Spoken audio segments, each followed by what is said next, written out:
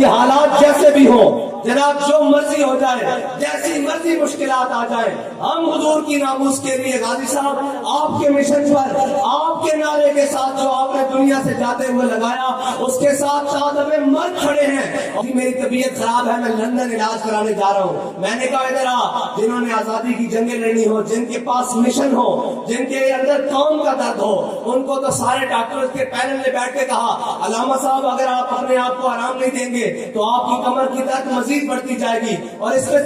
تکلیف پیدا ہو جائے گی اور ہمیں آپریشن خراب ہونے کا ڈر ہے۔ تو بابا جی نے کہا پھر تم کیا چاہتے ہو؟ انہوں نے کہا ہم چاہتے ہیں آپ مکمل آرام ریسٹ کریں۔ بابا جی نے کہا ریسٹ کو کیا کہتے ہیں؟ اس نے کہا جی ہم چاہتے ہیں آپ آرام کریں۔ بابا جی نے کہا آنکھ کے لگ جانے کو آرام کہتے ہیں۔ وہ کانسٹیبل دنیا کی ساری ایجنسیاں بھی مخالف ہوں اور آ کر کہہ دے غازی تو کہہ دے کہ میں نے ذاتی دشمنی کی وجہ سے مارا ہے۔ ابھی تو ایک دھکا لگا ہے، کسی کے رونے نکل رہے ہیں،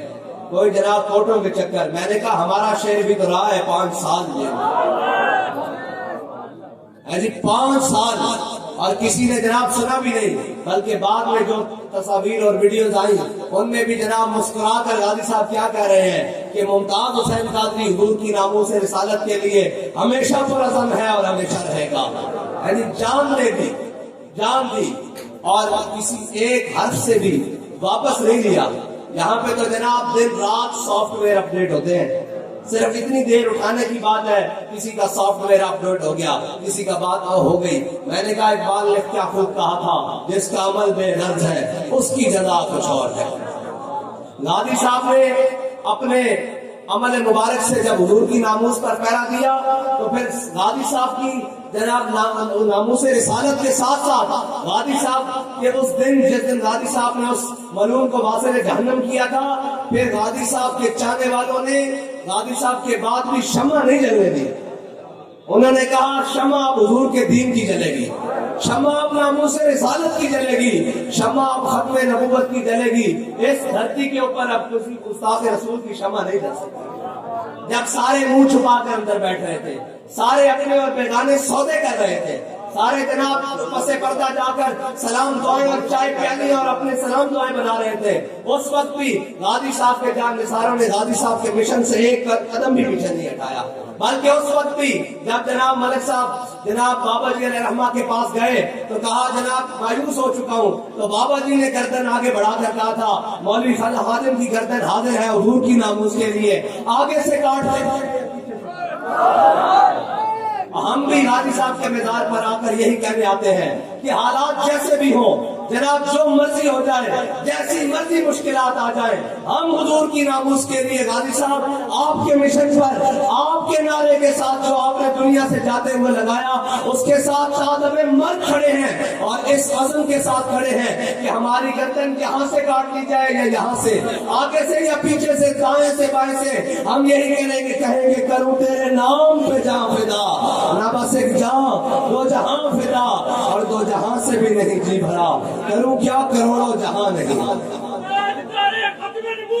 یا رسول اللہ لبیک لبیک لبیک، یا رسول اللہ لبیک لبیک لبیک، یا رسول اللہ لبیک لبیک لبیک۔ اور شاہ صاحب جس طرف اشارہ کر رہے تھے کہ بعض لوگوں کو صرف ڈاکٹروں نے مشورہ دیا کہ آپ جناب آپ کی طبیعت ٹھیک نہیں ہے تو آپ جناب آرام کریں، تو وہ لوگ جو ملک کے جناب اپنے آپ کو قائد کہتے تھے، سربراہ کہتے تھے، ملک کے 2-3 بار وزیر اعظم منتخب ہونے والے، 3 بار وزیر اعظم منتخب ہونے والے، وہ بھی کہہ رہے ہیں جی میری طبیعت خراب ہے، میں لندن علاج کرانے جا رہا ہوں۔ میں نے کہا ادھر آ، جنہوں نے آزادی کی جنگیں لڑنی ہو، جن کے پاس مشن ہو، جن کے اندر قوم کا درد ہو، ان کو تو سارے ڈاکٹر کے پینل نے بیٹھ کے کہا علامہ صاحب اگر آپ اپنے آپ کو آرام نہیں دیں گے تو آپ کی کمر کی درد مزید بڑھتی جائے گی اور اس میں تکلیف پیدا ہو جائے گی اور ہمیں آپریشن خراب ہونے کا ڈر ہے۔ تو بابا جی نے کہا پھر تم کیا چاہتے ہو؟ انہوں نے کہا ہم چاہتے ہیں آپ مکمل آرام ریسٹ کریں۔ بابا جی نے کہا ریسٹ کو کیا کہتے ہیں؟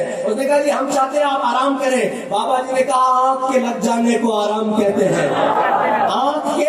لگ جانے کو آرام کہتے ہیں، جب سے آنکھ لگی ہے مجھے آرام نہیں۔ یا رسول اللہ لبیک لبیک لبیک، یا رسول اللہ لبیک لبیک لبیک، یا رسول اللہ۔ حضور سید عالم صلی اللہ علیہ وسلم آشکان حوض خوباں خوب تر، خوش تر و زیبا تر و محبوب تر، ہاں یہ حضور کے عاشقی ہیں. قیامت تک جب حضرت بلال نے کہہ جو دیا یاد کہ ارا برا کنت کرا کرائی کریم منت درا، اس کا ترجمہ حضرت احسان نے کر دیا کہ ذل مکارم فی آفاقنا اذا ذکرت وفینا بک یضرب المثل. یا رسول اللہ قیامت تک جب بڑی بڑی باتیں ہوں گی، بڑی بڑی کرپشن کی باتیں نہیں، جب بڑی بڑی دلیری کی باتیں ہوں گی، جب بڑی بڑی ریاست چلانے کی باتیں ہوگی، جب عدل کی بات ہوگی، جب حکومت کی بات ہوگی، جب دلیری کی بات ہوگی، جب احسان کی بات ہوگی، جب منصف کی بات ہوگی، جب سچائی کی بات ہوگی، جب صداقت کی بات ہوگی، یا رسول اللہ آپ کی غلامت سے، آپ کی برکت سے آپ کے غلاموں کو قیامت تک پیش کیا جائے گا. اور جب کرپشن کی بات ہوگی، جب دو نمبری کی بات ہوگی، جب جناب بزدلی کی بات ہوگی، مداہنت کی بات ہوگی، پھر کیا کیا جائے گا؟ پھر جو آپ کی ناموس پر کھڑے نہیں ہو سکتے، جو آپ کے دین کے ساتھ کھڑے نہیں ہو سکتے، جو آپ کی امت کا بھلا نہیں چاہتے، جب بھی بات ہوگی ان کی بات ہوگی. لیکن کسی بھی حضور کے غلام کی یہ بات نہیں ہوگی کہ اس نے حضور کے دین کی جناب بدنامی کا سبب بنا ہے، بلکہ پھر تو یہ بات ہوگی کہ ہو کانسٹیبل دنیا کی ساری ایجنسیاں بھی مخالف ہوں اور آ کر کہہ دے غازی تو کہہ دے کہ میں نے ذاتی دشمنی کی وجہ سے مارا ہے اور یہ کیا ہے وہ کیا ہے، تو غازی صاحب یہی کہیں میں نے اس لیے مارا ہے کہ یہ میرے آقا و مولا کا دشمن ہے اور ہمارا ایک ہی اعلان ہے کہ تیرے دشمن نال میری دشمنی تے میرا ہر سجن تیرے واسطے.